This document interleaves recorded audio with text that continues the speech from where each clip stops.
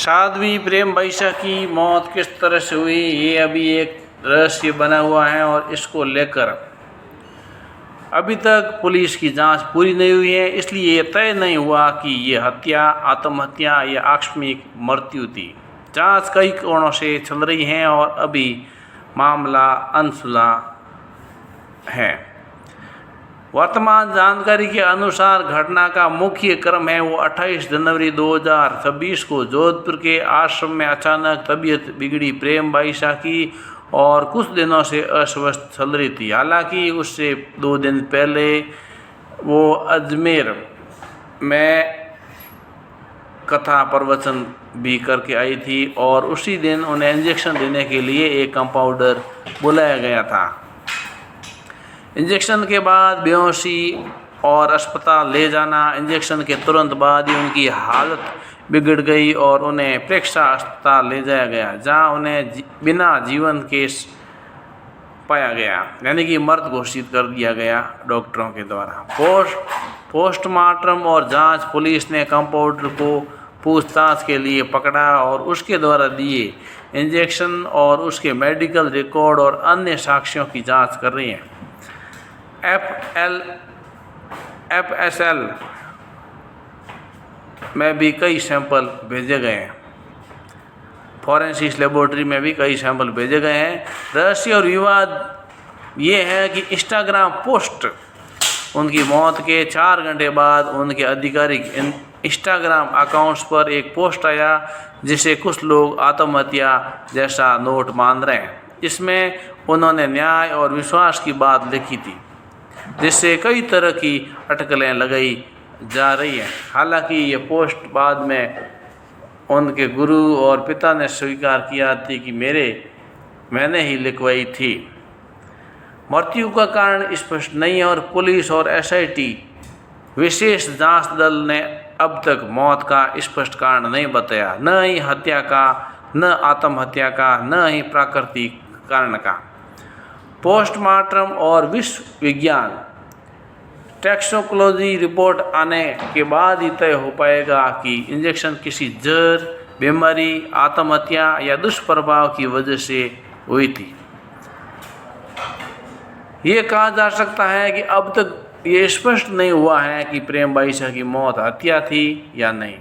मौत अचानक एक इंजेक्शन के बाद हुई, जैसा कि उनके पिता ने बताया था कि करीब 30 सेकंड या 1 मिनट, यानी कि 5 मिनट के अंदर अंदर उनकी मौत इंजेक्शन लगने के बाद में हो गई थी। और वो दौड़ते दौड़ते उछल के बाहर आई रूम के और फिर वो ड्राइवर और उनके पिताजी ने उनको वहाँ से उठा करके प्रेक्षा हॉस्पिटल पहुँचाया था।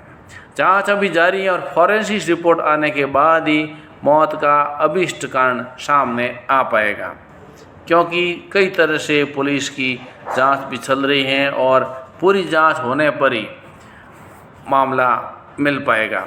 साध्वी के बर्तन, चद्दर, कपड़ों की भी जांच होगी और FSL टीम ने कमरे की मिट्टी सहित 33 सैंपल जुटाए हैं। विश्रा रिपोर्ट से खुलेगा जहर का राज। जैसा कि आपको मालूम है कि ये अभी काफ़ी दिन से 28 तारीख से जोधपुर में कथावाचक साध्वी प्रेम बैसा की मौत अभी रहस्य बनी हुई है और इस गुत्थी को सुलझाने के लिए उनके बर्तन, चद्दर, कपड़ों की जांच होगी। जिस कमरे में उनकी मौत हुई वहाँ की मिट्टी को लेकर कंघा, बालों जैसे 33 अलग अलग नमूने तक जुटे गए हैं। साध्वी को जहर दिया गया या नहीं, इसके जांच के लिए विश्रा का नमूना भी FSL की लैब पहुँच गया है। FSL के सीनियर अधिकारी इन सैंपल की जांच में जुट गए और करीब 7 दिन में FSL अपनी रिपोर्ट को एक IT को देगी। इसके अलावा साध्वी प्रेम बैसा, उनके पिता सेवादार के मोबाइल का रिकॉर्ड भी खंगाला जा रहा है कि 2 तरीके से जांच कर रही पुलिस। 28 जनवरी की हुई कथावाचक साध्वी प्रेम बैसा की मौत मामले में जिस तरीके से हर दिन नए मोड़ सामने आ रहे हैं, उस स्थिति में FSL की जाँच महत्वपूर्ण मानी जा रही है। जोधपुर के बोरानडा स्थित आरती नगर आश्रम में FSL टीमों ने रविवार को एफएसएल सबूत जुटाने का काम शुरू कर दिया था और इस केस के खुलासे के लिए 2 तरीके पर जांच हो रही है। एक तो है टेक्निकल जांच, जिसमें पुलिस ने 3 मोबाइल जब्त किए हैं, साध्वी प्रेम बाईसा, उनके पिता वीरमनाथ और सेवादार सुरेश। इन तीनों का मोबाइल पुलिस ने अपने कब्जे में ले लिया था और पुलिस की साइबर सेल इन मोबाइल का डिलीट रिकॉर्ड रिकवर कर रही है। उसके बाद इन्हें एफएसएल टीम को सौंपा जाएगा। साध्वी की संदिग्ध मौत के कुछ घंटे बाद ही सुसाइड नोट सोशल मीडिया यानी कि इंस्टाग्राम पर आया था, जिसमें कई तरह के आरोप लगाए गए थे और जांच के दौरान मोबाइल में मौजूद टेक्स्ट मैसेज और कथित सुसाइड नोट की भाषा व शब्दों की तुलना पहले पोस्ट किए गए मैसेज से होगी, ताकि ये स्पष्ट हो सके कि सुसाइड नोट साध्वी प्रेम बाईसा ने लिखा था या किसी और ने लिखकर पोस्ट किया था। दूसरी रिपोर्ट है विसरा रिपोर्ट, जिसके अनुसार 33 सैंपल लिए गए और साध्वी के शरीर के अंदरूनी अंगों का विसरा, हार्ट, फेफड़े, लिवर, किडनी और आंतों के कुछ सैंपल जुटाए गए हैं। विसरा जांच के बाद ही साफ हो पाएंगे कि साध्वी प्रेम बाईसा के शरीर में किस प्रकार का पदार्थ विषाक्त गया, जिससे उनकी तबीयत इतनी खराब हो गई और मौत हो गई। अगर विसरा रिपोर्ट में पॉइजन की पुष्टि होती है तो पुलिस पूरे मामले की जाँच आत्महत्या और हत्या के एंगल से करेगी। तब तक एफएसएल उन 33 नमूनों की भी जांच लेगी जो घटना स्थल से जुटाए गए। उक्त रिपोर्ट आधार पर पुलिस पता लगाएगी कि साध्वी को जहर दिया गया या फिर खुद लिया गया। अगर विसरा रिपोर्ट में किसी भी प्रकार की जहर की पुष्टि नहीं होती है तो ऐसी स्थिति में साध्वी के पिता वीरमनाथ और सेवादार सुरेश के पॉलीग्राफी टेस्ट कराए जा सकते हैं, ताकि ये स्पष्ट हो सके कि आखिर साध्वी प्रेम बाईसा की मौत किन परिस्थितियों में हुई। हालांकि पॉलीग्राफी टेस्ट के लिए कोर्ट के आदेश का होना जरूरी है।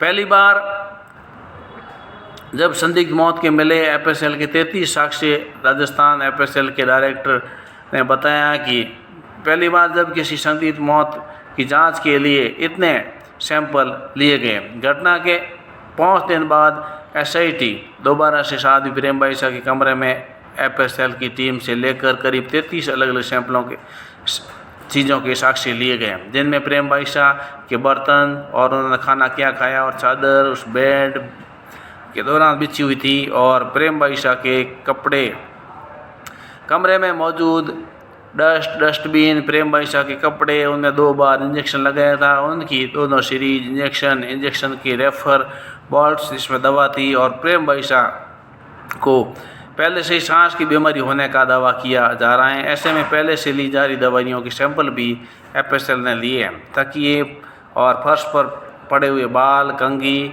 टॉवल, ब्लेड, विसरा और उनकी बॉडी के डीएनए के 2 अलग अलग सैंपल सहित कुल 33 अलग अलग चीज़ों के सैंपल हैं। क्यों जरूरी है 33 सैंपल? तो संदिग्ध परिस्थिति में मौत होने पर पुलिस विसरा रिपोर्ट को एफएसएल के पास भेजकर जांच करती हैं, लेकिन प्रेम बाईसा प्रकरण की गंभीरता और अब तक की जांच में कोई लीड नहीं होने के कारण पुलिस इस केस की जांच बारीकी से कर रही है। पुलिस ने पहले किसी क्राइम सीन पर पहुंच कमरे को सील कर दिया था। हालांकि उस दिन पुलिस को कमरे से कोई अहम जानकारी या साक्ष्य नहीं मिले।